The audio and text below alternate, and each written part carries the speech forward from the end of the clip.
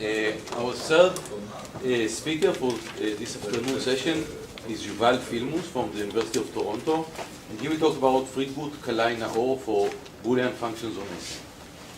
Right, this is the same Kalai who was introducing me. So yeah. So I will talk about extensions of the Friedgut-Kalai-Naor theorem to Sn.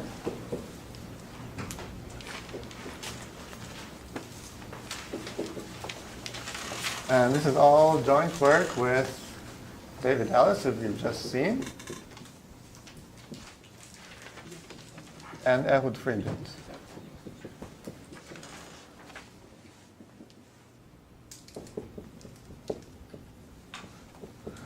Okay, so our starting point will be to explain what is the classical Friedgut-Kalai-Naor theorem. Now this is one of these basic theorems which are considered by some to be very basic and important, although it'd be hard-pressed to present actual applications beyond the original ones. So we'll just take it for granted, and then we'll take it for granted that it's nice to generalize things, and then you'd be happy and motivated.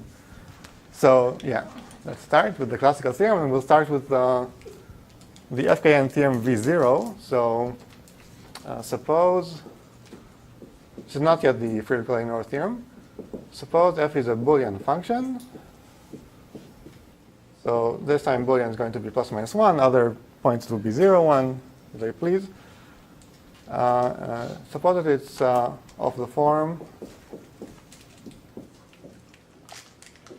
f of x1 to xn is equal to a0 plus sum of ai xi. Okay, so it's an affine function, and it also happens to be Boolean. So how can this happen? Like, what devious ways can you make it happen?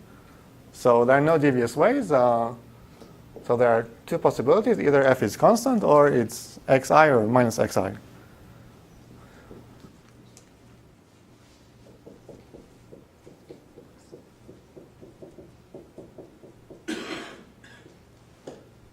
Okay, so this is our starting point. This theorem is rather easy to prove. You just square f, it equals 1, you do the math, and you get the result. Okay, now suppose f is still a Boolean function, and now instead of it being equal exactly to this a0 plus sum of ai xi, then it's approximately equal to this affine function. So what can you say now? Can you now do something interesting?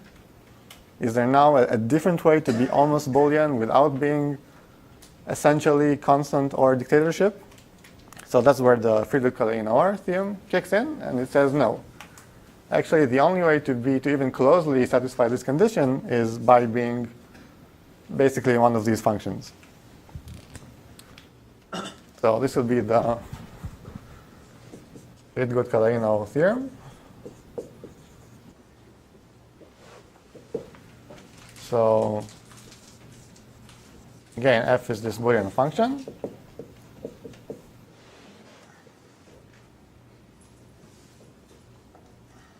And suppose that it satisfies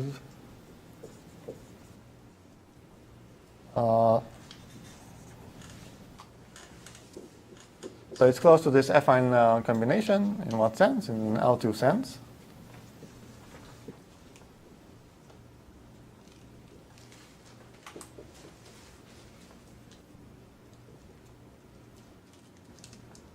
So in that case, for some function g in this collection,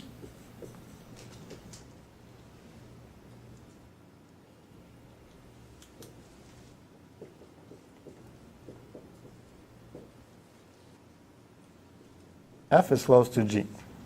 How close? Order epsilon close to this very simple function.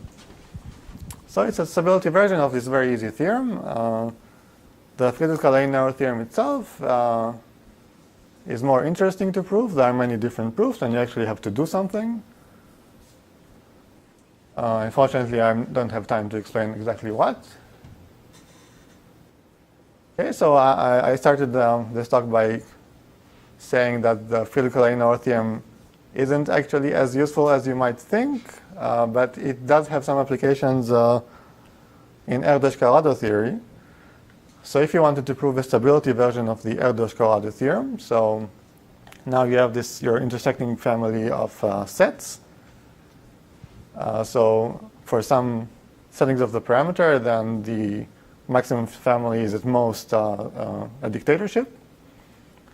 So now we know that if you have contained so many sets, then you must be one of these very simple families, a dictatorship. So now suppose that you contain almost as many sets. Can you now be something very different? So essentially the Friedgut-Kalai-Naor theorem says that even if you're just almost maximal, then you're essentially close to one of these very simple families. So this is one way to interpret the FKN theorem. And this also leads us to consider this theorem in Sn for the very application that David was explaining in the last talk. So in their paper, at least Friedgut and Pilpel, they deduce a stability version of this Erdős-Colorado theorem for Sn. And they need to, when they do the stability analysis, they need to use the fact that the family is intersecting. But we want to do it in a more general way. We want to be able to deduce the same thing just from the fact that f has a very simple form. And what is this simple form? So here's what we get from their analysis. So let's call this FKN 0. So this is a version of FKN 0 for Sn, and this is the theorem that might have been first proved by this Egervari or maybe someone else, Gauss, who knows. So suppose that f is a function from Sn, and this time it's going to be to 0, 1. And f is of the following form. So f is a linear combination of these 1 cosets. So here these Tij's are the indicators for the event that the permutation maps I to j.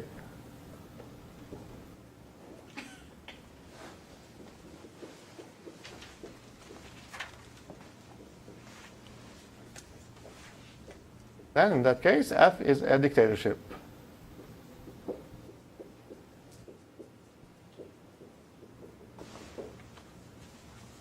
Okay, so what do I mean by a dictatorship?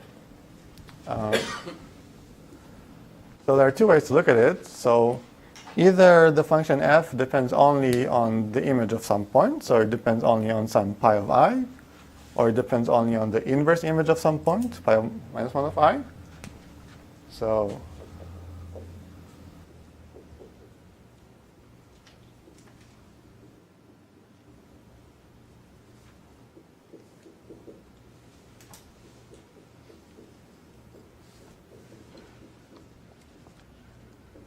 so this is one way of defining a dictatorship. The other way of defining a dictatorship is as the disjoint union of 1 cosets. This is the same thing. Yeah, so what this theorem states is that if f is this affine or linear function, a combination of these 1 cosets, then it's essentially a nice combination of these 1 cosets. Okay, and as David mentioned, this theorem is somewhat more challenging to prove. Okay, so now what would be the FKN version of this theorem? So this is the version of FKN for Sn. And I'm writing this in red because what I'm going to write is going to be wrong. And after we correct it, it's in red because it's only conjectured. So suppose f from Sn to 0, 1 is close to this linear combination. So again, the same thing.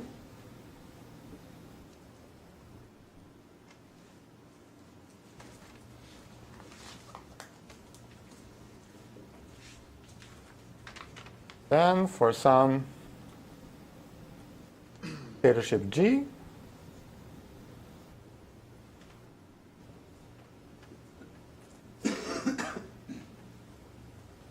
F is close to G.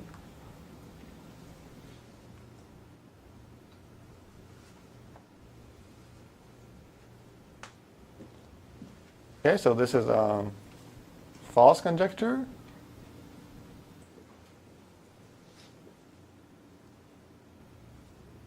Okay, so why is this conjecture false? So here's a counterexample.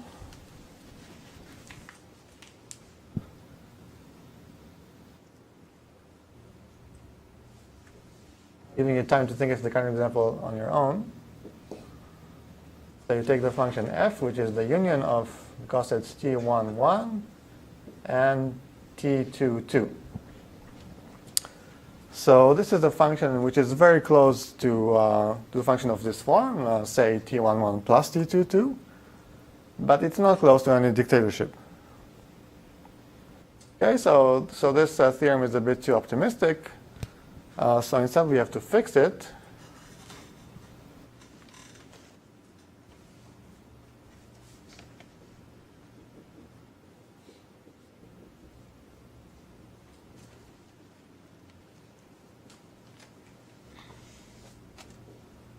Oh, so this is because epsilon and should not depend on n, is that the issue? No, so the thing is that when you allow error, then you can actually be close to being a linear combination of cosets without being close to an actual disjoint sum of cosets.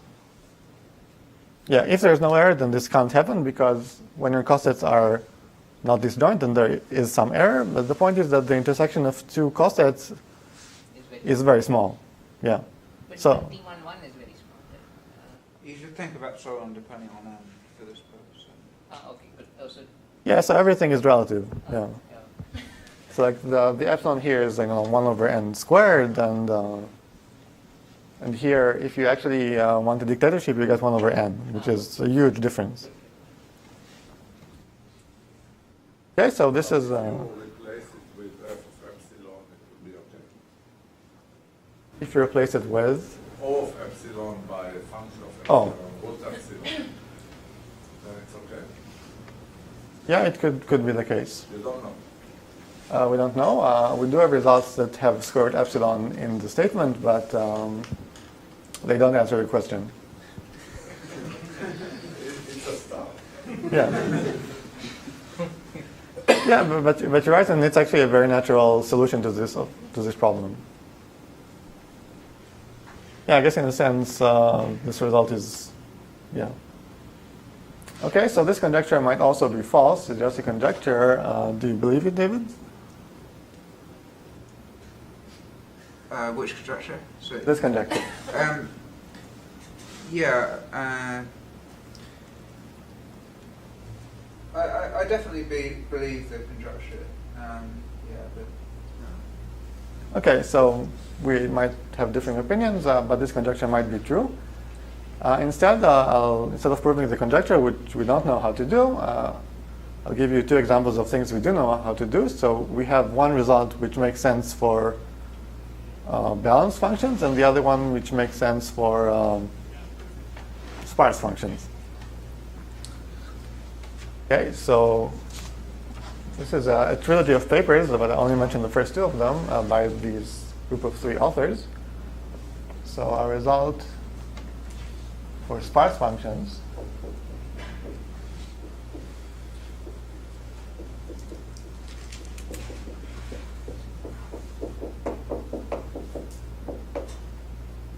so suppose f is from Sn to 0, 1, and f is close to linear combination.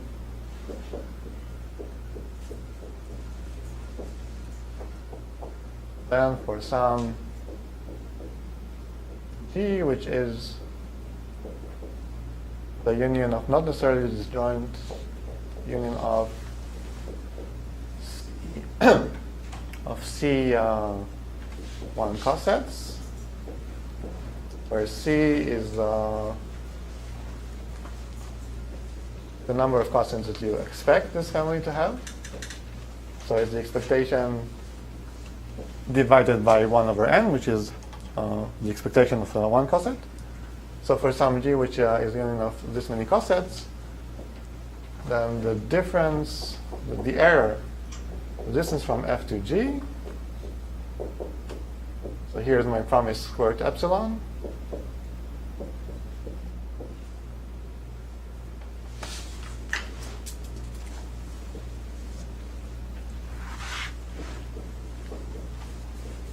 Yeah, did I get it right? Yeah. Yeah, so so you have your function, which is close to being a linear combination of 1 cosets. And we're going to come up with some other function g, which is the union of not necessarily disjoint 1 cosets, and is close to your function. But there are some problems with the close here. So instead of epsilon, we get squared epsilon, which might actually make sense, but not with these factors. We don't really want this factor. This factor means that as epsilon tends to 0, then the results don't actually improve. And we don't want this factor c. So, but as long as your this function f is sparse, then it's fine. So if f consists just of a few cosets, then the c is constant, and this result is meaningful. So this is one result. The other result, So we want to see yeah, c is the number of cosets. yeah, number of cosets. And this notation, it means round, floor, ceiling, whatever you choose. So now our result for balance functions.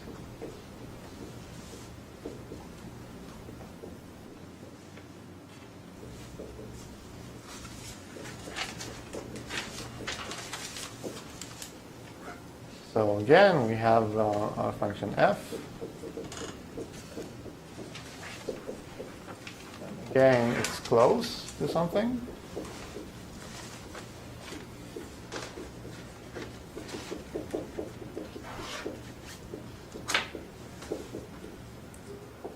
Then for some dictatorship g,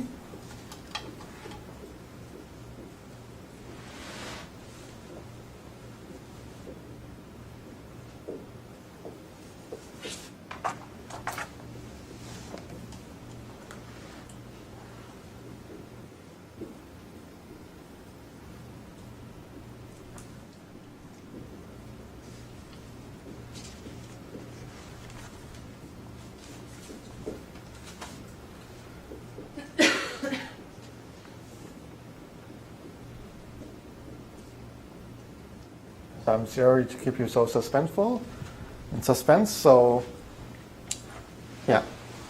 So the distance from f to g squared, we would like it to be order epsilon, but instead what we get is, instead of epsilon, we get epsilon to the 1/7. And again, we get this fudge factor, which means that when epsilon is really small, we don't get anything better. And there's also a factor that depends on how balanced the function is. So if f is balanced, so it's half 0, half 1, or maybe 1/3, 2/3, then this factor is a constant. But if it's really unbalanced, like in this case, then this doesn't give you a lot. Okay, so these are the two results that we get. So before I turn into the proofs, then think about it for a few seconds, and if you have any questions, I will take them.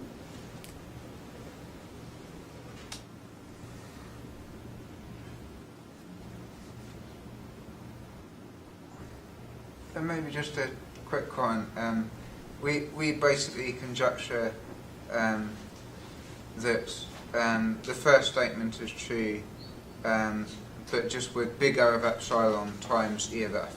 The big O of epsilon times exploitation of f. That should be true always, but we can't do that. Yeah, it's the same as this conjecture. Yeah. So this conjecture, after it was corrected, is stronger than both of them? Yeah. So again, here you have this extra factor c, you have this factor 1 over n, and instead of epsilon, you get square root epsilon. If instead of this you had epsilon, you didn't have this, and you didn't have the c, then this is just a conjecture. And here, if you didn't have the eta, if you didn't have this, and if you didn't have this, then you get the conjecture.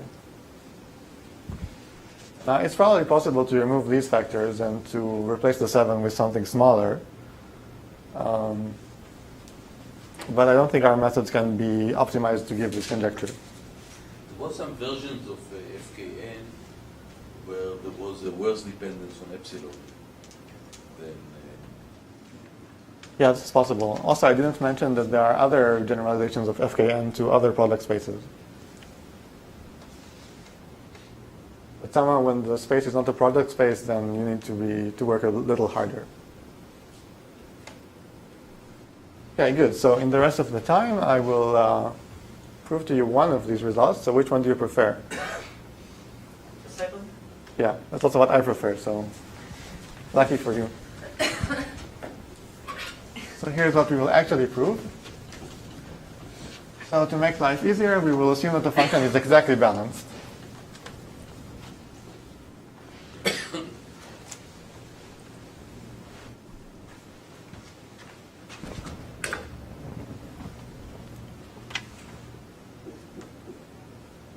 So I will slightly change the parameterization. So suppose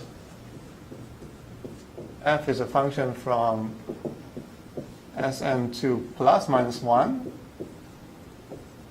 and f has an expectation 0, so it's 50% true, 50% false.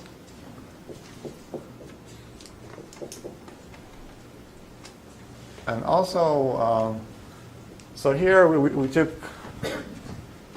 any linear combination, but in fact you can just take the projection. This is going to give you the smallest error. So suppose that the distance from f to f1 squared is epsilon, where f1 is the projection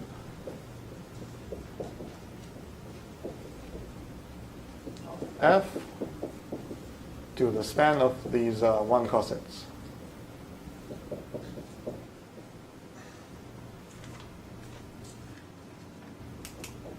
Then f is close to a dictatorship G.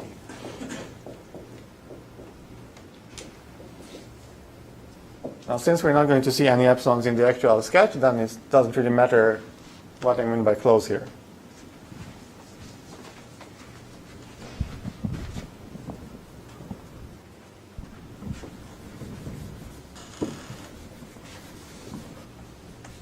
So the proof is composed of 2 parts. But before that, Oh, I forgot. The first theorem also said dictatorship, or did it say union? no. So it's not true for dictatorships, like the example T11 union T22 shows. Oh, right. Yeah, so no one- Balance case, yeah. you can show dictatorship. Yeah, so no one asks why there's a difference. So the difference is that if you have a ton of cosets and they're not disjoint, then their intersections actually accumulate and they amount to something. So in the dense case, you can actually guarantee that they are disjoint. So even this general conjecture that I'm erasing right now, when the function is balanced, you can strengthen it and say that you're close to a dictatorship. Okay, so one thing that is annoying about working with these double cosets, with these 1 cosets, is that they're not linearly independent. So there are actually many ways of representing f1 as a linear combination of Tij. And what we're going to do is we're going to choose a particularly symmetric way. So yeah, an easy claim. So f1 is equal to the sum of aij Tij, where aij is n minus 1 times the correlation between f and Tij.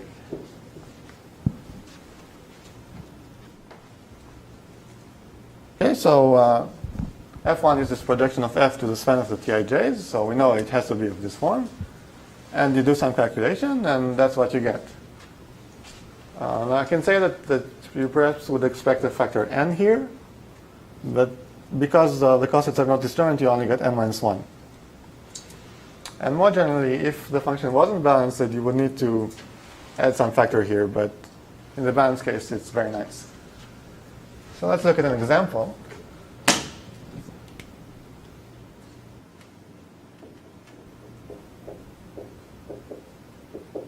So let's look at the function f, which is t11 union t1 n over 2. So this is just a function of the form that we're after. So how does this matrix, so I think of this Aij as a matrix. How does this matrix look? So the matrix Aij has the following form.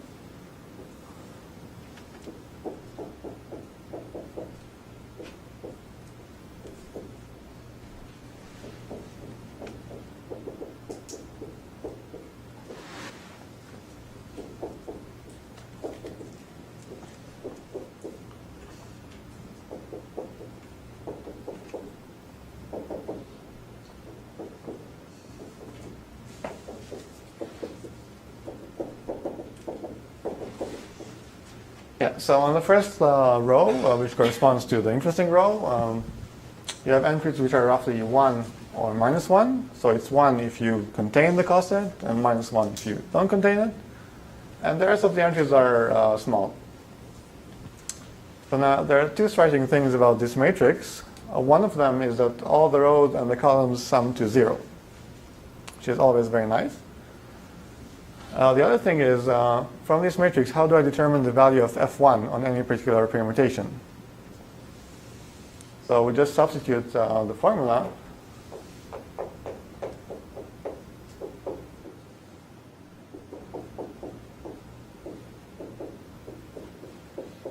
So every permutation pi corresponds to some, what we call a generalized diagonal, or some matching between the rows and columns. And you just sum the values in this generalized diagonal, and that gives you the value of f1.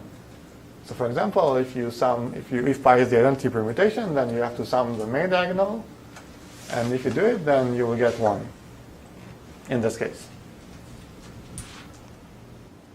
Okay, so now that we have the background down, I can explain how the proof is going to go. So there are going to be two parts. So yeah, the plan of the proof.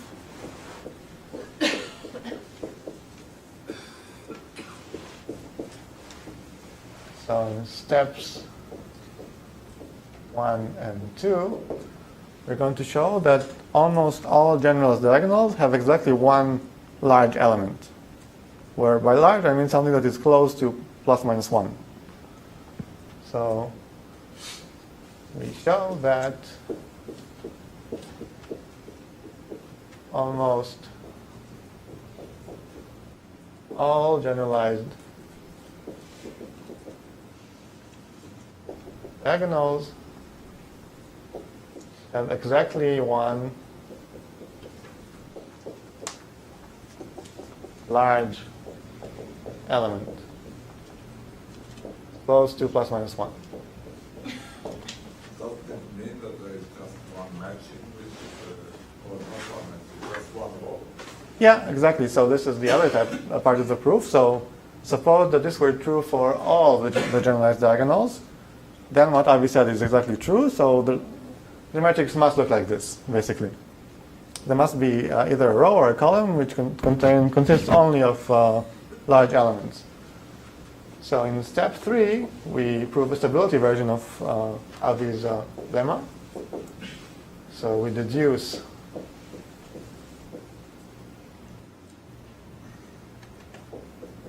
that the matrix Aij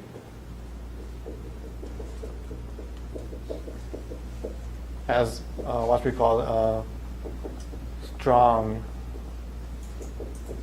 line. So a line is either a row or a column.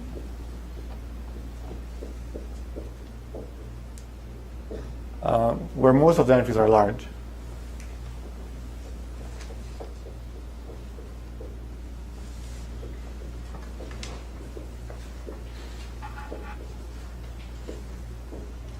Yeah, and for this particular step 3, you don't need to know anything about it. It doesn't. It's an abstract statement. It doesn't apply only to this problem. It's more general. So you have this matrix, and you have some definition of large element. It doesn't matter what. So you have a size 0, 1 matrix, and for almost all generalized diagonals, there is exactly one large element. So it has to be this strong line. Okay, and this step is also nice because if you start with a fraction of 1 minus epsilon, then you end up with a line with 1 minus order epsilon, large element. So you don't lose anything. You lose everything in the first steps.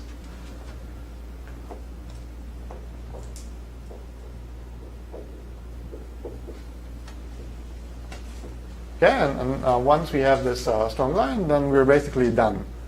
So because each line sums to zeros, so approximately half the entries are close to 1 and half are close to -1. So you take the 1 cosets that correspond to the 1s. And now what's the meaning of this Aij? It's how much of this coset your family contains. So your family contains most of these 1 cosets.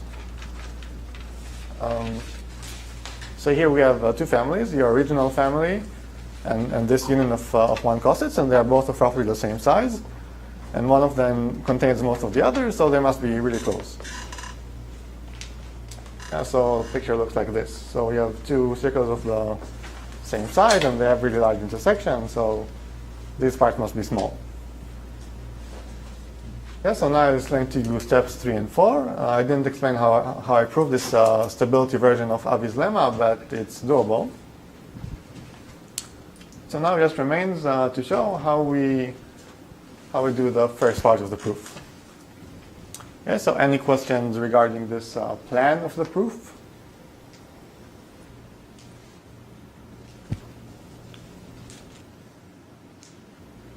Okay. So we start with the first step. It's always a good idea.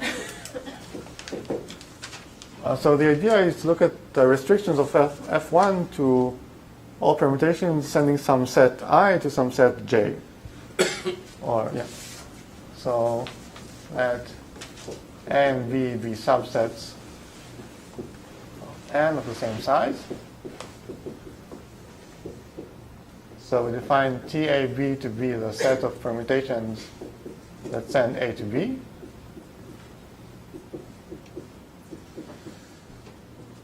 Sets. And we let G be the restriction of F1 to TAB. Okay, now what do we know about this function G?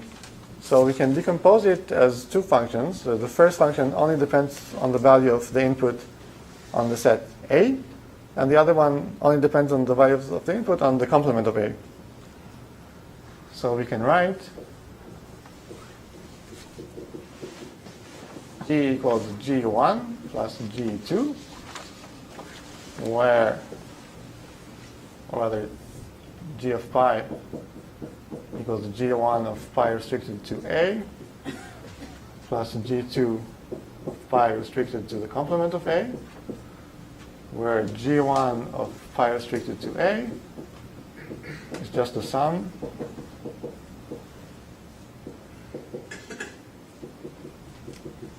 this sum, and G2 is something similar.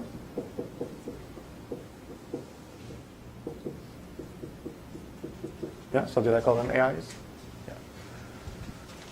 Okay, now here's a picture. So suppose this is your set A.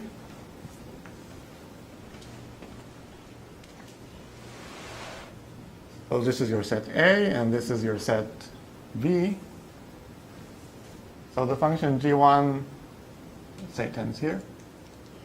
Function G1 only depends on the stuff here, and the function G2 only depends on the stuff here.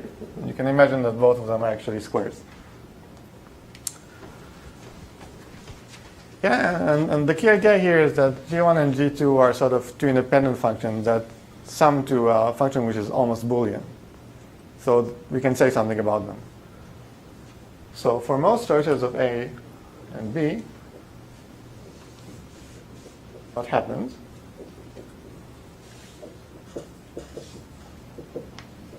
So one is that G is close to plus minus 1 in various senses. For example, pointwise it's close to plus minus 1s most of the time. And the second thing, which might not be as obvious, is that the expectations of G1 and G2 are roughly 0.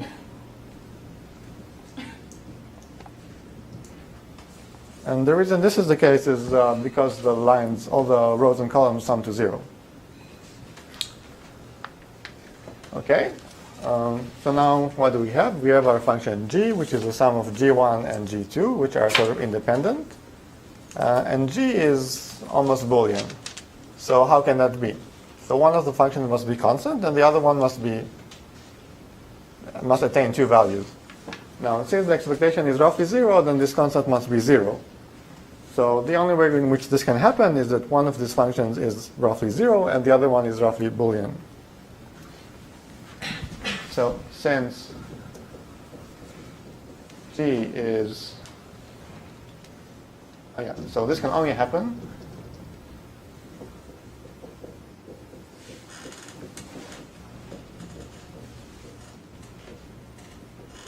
if g1 is roughly 0 and g2 is roughly plus minus 1, or vice versa.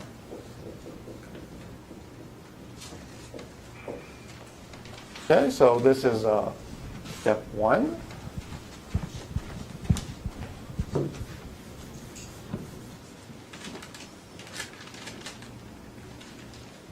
Now here, when I say almost 0, almost plus minus 1, I mean that it's true pointwise. So for most permutations in this TAB, in the domain of G, it's actually the case that if you calculate G1 on the corresponding part of the permutation, then the result will be close to 0, or close to plus minus 1. So now to get this conclusion, we sort of switch the expectations, and instead of first choosing A and B and then choosing the permutation inside, we do it the other way around. So step 2.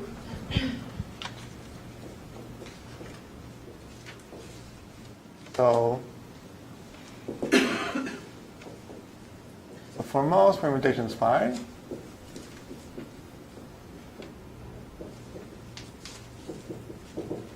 it's true that for most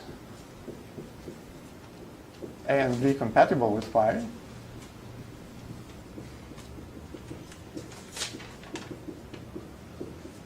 so what's A and B compatible with phi? It means that B is pi of A.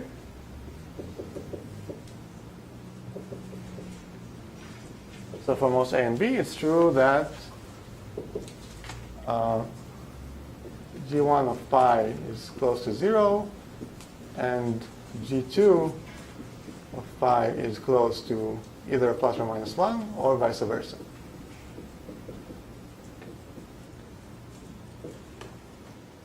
Okay, now what is G1 of pi? So G1 of pi is the sum of AI phi I, and G2 of phi is the sum of I over A bar of AI phi I. So in words, what happens here, so you look at this generalized diagonal that corresponds to pi, and you break it randomly into 2 parts. And miraculously, most of the time, one of them sums to 0, and the other one sums to plus minus 1, roughly. So there are 2 ways in which this can happen. So there must be some element which decides the outcome, and this element is either very close to 1 or very close to minus 1.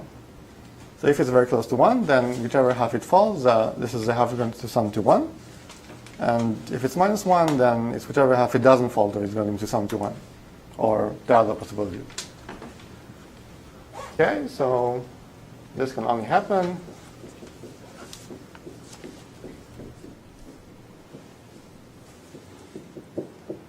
if this generalized diagonal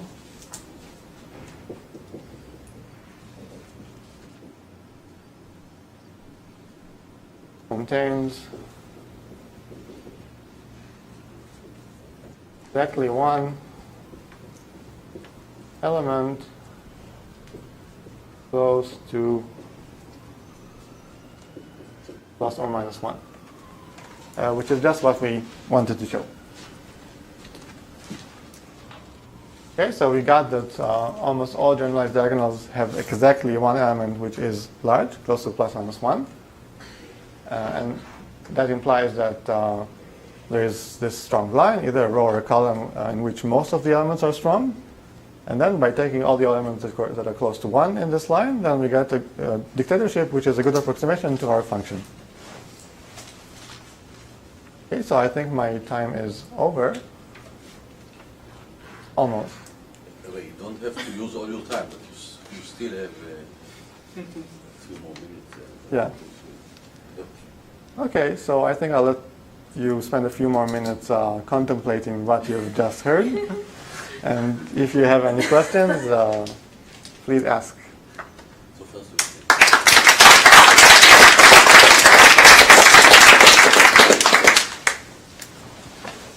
Yeah. The FKN theorem, if we just require Booleanity on a slice of the Boolean cube. Excellent question. Yes. So, Yeah, so Avi asks for a version of the, okay, so I'm slightly lying. So there's a variant. Yeah, so now we're considering a function on the Boolean slice. Okay, so this is the sense in which I understand the question. So you have a function on the Boolean slice, and you choose a slice which is not like completely ridiculous. And your function is close to being affine. And it's also Boolean. So this function must be close to a dictatorship. so can't you use this kind of thing for functions on Sn? I mean, functions on Sn are roughly functions on square matrices in which the weight is n. It's like a slice. I mean, it says more symmetry. So can't you use this kind of So yeah, that's an interesting question. So this result is new, and the way it works is by reduction to the original FKN theorem. So it could be that you could apply the same technique to work in Sn. reduction? Yeah. So who put this slice? A few people in the Simons Institute. I can list them. Narrows it down to Yeah. 100 people. So I just don't want to list too many or too few people. People can get hurt. Can I be a quote?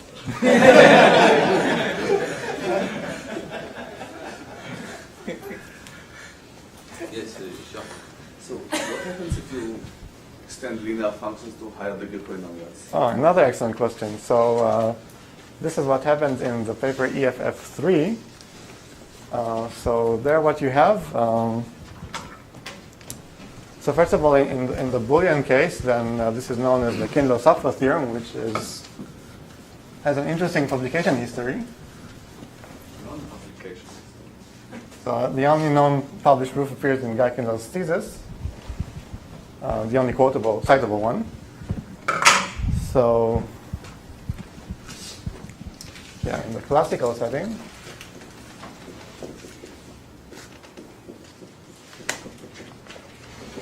so if f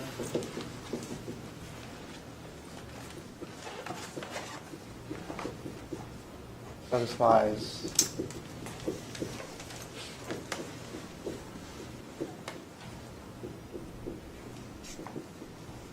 if f is concentrated on the first k levels, then for some c depending on O tilde of exponential in k coordinates,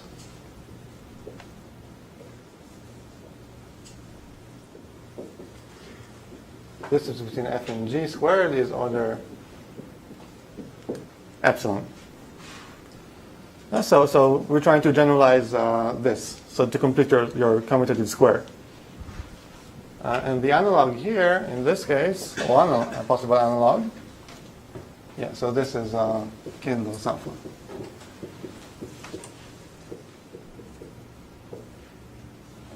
EFF3 So now we have a function f from Sn to 0, 1, and f is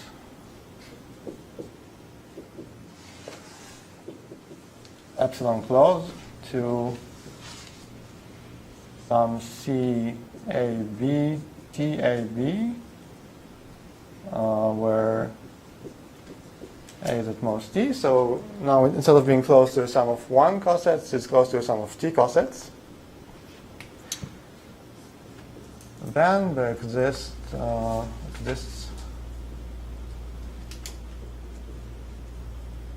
I guess I want it to be epsilon expected value of f closed. Let's see if I can get it right. And there exists a function g, which is the union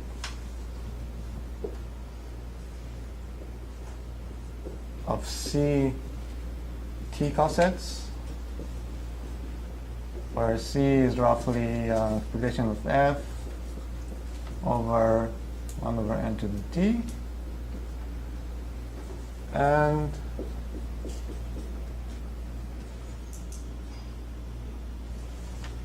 this is order of square root epsilon plus c over square root n times the expectation of f, or something like that.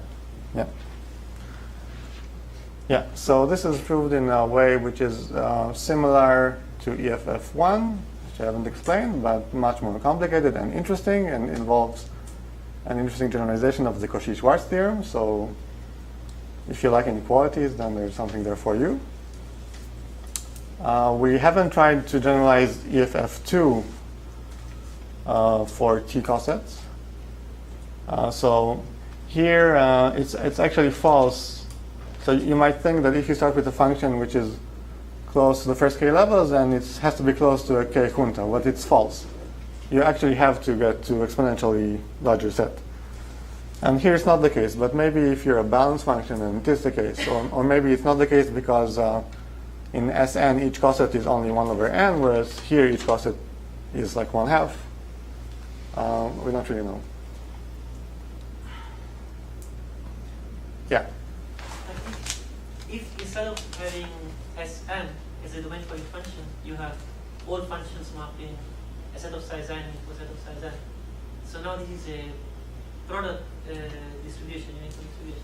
Yeah. So presumably everything is already known, but Yeah. it's in the kind of example of T11 or T22. It's still there as an example, something that is 1 over n close to being a sum of two dictators, but 1 over n squared. Yeah, 1 yeah. over n versus 1 over n squared. That's true. So what's the what's known in that setting? Yeah, so Do we you would have a ask. theorem that goes epsilon versus full epsilon? Or? So Sushant is not here. So the answer exists, and it's in this paper generalizing FKN to product spaces, but I have never read it thoroughly enough. Does anyone know the answer? Which paper is that? So a generalization of FKN to general product spaces. Who's it by? Sushant Sachdeva and Mudusyan. So it's not Alan Friedgut-Kalai. Okay, yeah. So actually, yeah, so this old paper covers your case. But I don't remember the answer. So it might be that you get some constant there that is going to depend on n. So you are going to get like n times. So you're going to. So that is going to correct, but there's. Like epsilon versus n times epsilon. Yeah, that's my guess. That's my guess. I have a question. So for the SN, you could ask also today. You can generalize the notion of two intersecting permutations in various ways, not necessarily this way. For example, you can look at the set of transposition of permutation and ask that every two permutation will have some common transposition, or you can talk about the descent set. So there are many statistics for permutation and many sets associated with permutations. So David neglected to mention that he actually has a result in this direction. So it turns out that from the point of view of representation theory, there is a very canonical way of defining these intersections.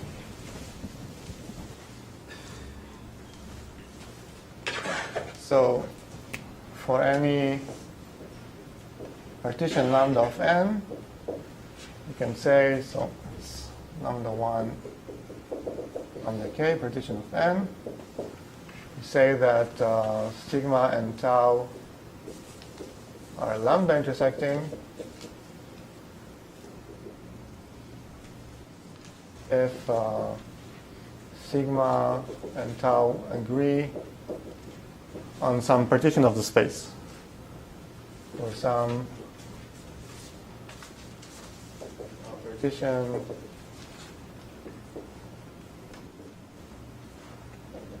space where each set is of size exactly lambda I. So for example, if your partition is n minus t 1, 1, 1, 1, 1, 1, 1, t times, then you get exactly t intersecting permutations. If your lambda is n minus t t, then you get t set intersecting permutations. So your two permutations agree on some set of size t. And for this particular case, David proved the equivalent of the Erdős-Korraldus theorem and uniqueness and stability and everything. For general lambda... Yeah, but I even asked about some different things. This is also Yeah, for your different things... The transposition question. So yeah, we don't know the answer to that. I don't think. If you say any two permutations have to sort of agree on, well, there has to be some two numbers I and j, such that sigma of I equals pi of j and sigma of j equals pi of I, something. I don't know. Somehow, yeah.